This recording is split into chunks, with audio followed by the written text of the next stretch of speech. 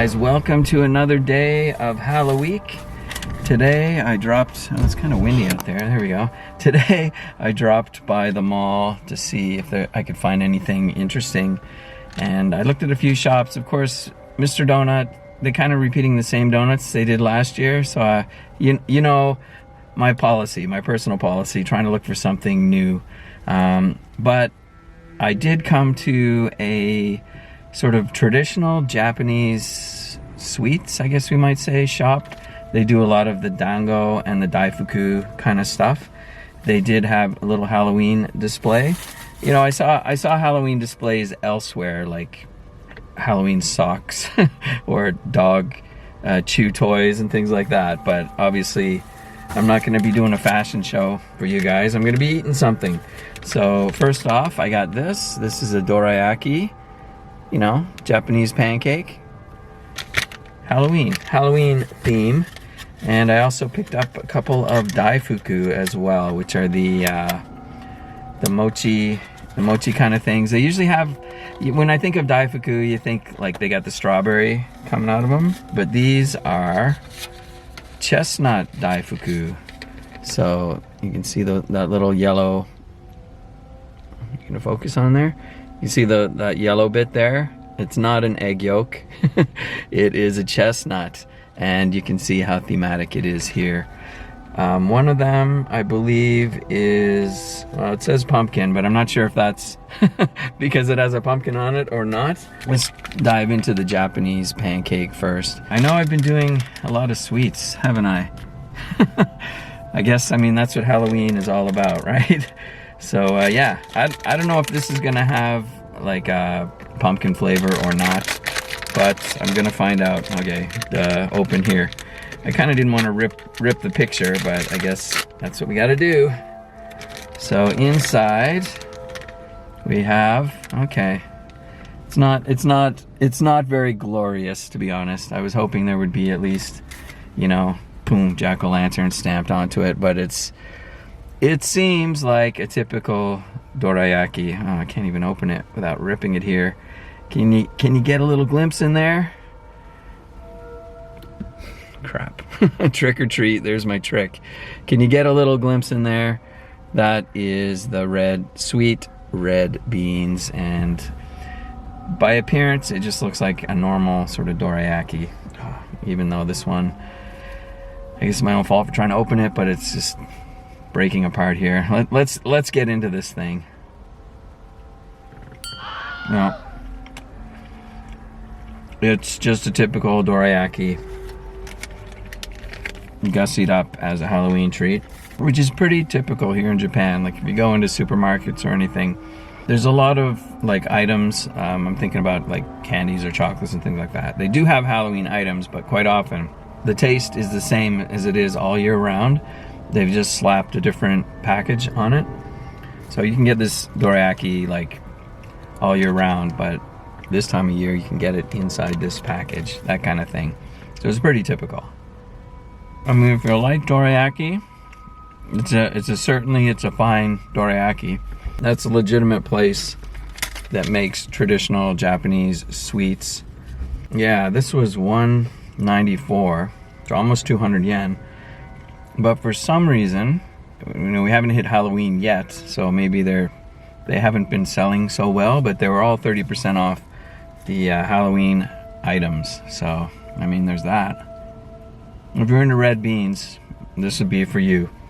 I'm not super crazy, but, well, maybe I am crazy, but I'm not crazy about red beans. But still, I appreciate them at least doing something, even if it is just the packaging. I kind of figured I'd be thirsty on the way out of the mall. There was a vending machine, so I grabbed a Metz lemon squash, 0 calories. Metz, if you're not familiar, is a Japanese brand that they also make a cola that's popular. I don't really know what else they might make. I have had like a lychee soda from them before that was really good, but quite often they do the 0 calorie thing, and the cola's, you know, not bad for 0 calorie. Trying to be a little healthier, I guess, than your average cola. But this is the Metz lemon squash. I'm not sure I've ever tried it, but looking forward to it. Looks like a Sprite. It's a 0-calorie thing, but it doesn't taste as bad as some other 0-calorie things, if you know what I mean. Yeah, does the trick. All right, let's get into these Daifuku. So we got a little ghost and we got a little pumpkin. Now these, they put some effort into, not just the packaging. Well, actually no packaging, right? Like they didn't put any effort in the packaging, but the items themselves are what we're here for. Oh wow, I didn't realize the price of these when I bought them. I'm just like, you know, I want that, give that to me. Each one of these is $3.99. However, it's 30% off, so it's a little better, but still not a cheap one bite item. I guess we're going for the ghost since it's right in the front here. I'll just take it right out of here. Ooh, yeah. It's that feel, the feel of the mochi in my hand. So that's what we're looking at. Little chestnut shoved in there and a nice little ghost. Yeah, we're dropping flour everywhere. All right, here we go. Underneath the chestnut, there was some sweet bean paste. Japanese are crazy about their sweet beans. I'm glad I brought this drink. Quite often when they translate mochi into English, they call it a glutinous rice cake. Let me know if you're a fan of Daifuku or mochi in general. I really like the mochi ice cream. Essentially a little ball like this, but instead of being filled with red bean paste, it's full of ice cream, so it's really good. This is okay too. I don't know, like if I paid full price for this, almost 400 yen for each bite, I'd be like, hey, that's a bit overpriced.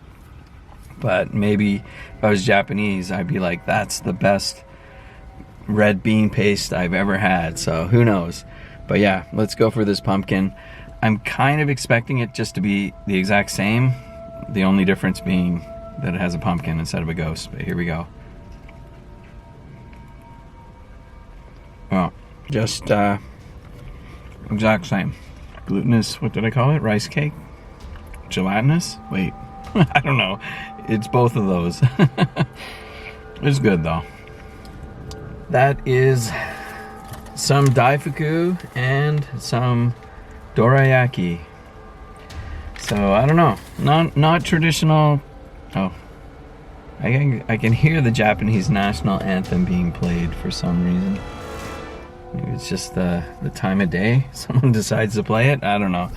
Yeah, great view of Mount Fuji here. The sun is about to set, so I'm just gonna bust out of here. Both of those were totally fine. I like, you know, a little different. It's Japanese. The base was Japanese, and then they slapped on a little bit of Halloween. It would have been nice maybe if they had gone a bit further, maybe added actual pumpkin flavor or something, but I see what they're doing with the chestnut. It's like a fall kind of thing. The dorayaki was fine. For me, if I was a Japanese, maybe it would have been like, oh, this is the best dorayaki I've ever had. I have no idea. But yeah, let me know if you're a fan of either of those or both of those or whatever, or if you think it's a fitting kind of sweet to celebrate Halloween with. So on that note, I think I'm gonna bust out of here like I was saying. If you're new here, please subscribe. Don't forget to thumb up this video, ring that dinner bell, and we'll see you guys tomorrow for the next episode.